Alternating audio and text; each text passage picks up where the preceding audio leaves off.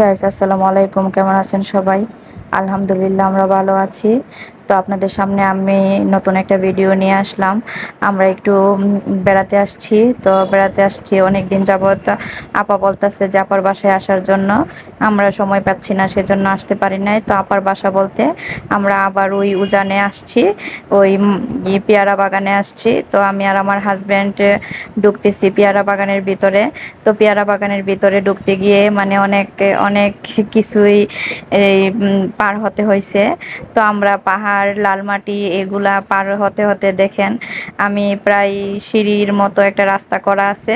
তো আমি আস্তে আস্তে নামতেছি, আপনার ভাই আগে আগে আমার চলে আসতেছে। তো আমার খুব কষ্ট হইতেছে নামতে। তো আমি আসলে এসব মাটি তো পায়রা অভ্যাস নাই, সেজন্য পারতে পারি না। তো আমরা যখন ওইখানে যাই তো আমাদেরকে মজা লাগে অনেক, কারণ ওইখানের আপা আমাদেরকে অনেক আদর করে। তো আম্মার মেয়ে তো সেজন্য অনেক আদর পাই আমরা। তো আমরা আস্তে আস্তে বাগানের ভিতরে প্রায় চলে আসলাম। তো বাগানের ভিতরে চলে আসা পেয়ারা বাগানগুলো দেখেন, পেয়ারা বাগান।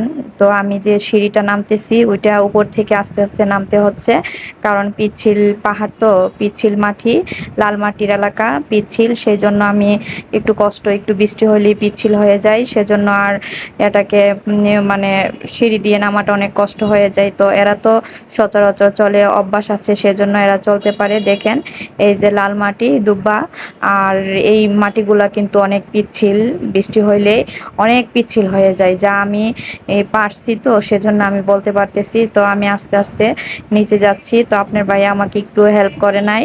তো আমি বলছি তুমি আগে যাও, তারপরে আমি নামবো। এই যে দেখেন উনি যে বাগান করে রাখছে, পুঁই শাক, ঢেঁড়স, ঝিঙ্গে, তারপরে কইডা, তারপরে আপনার ধনিয়া পাতা, তারপরে কলা গাছ, মানে অনেক কিছু, তিত করলা, আমার অনেক কিছু, অনেক সবজি আছে। এটা হচ্ছে মালটা।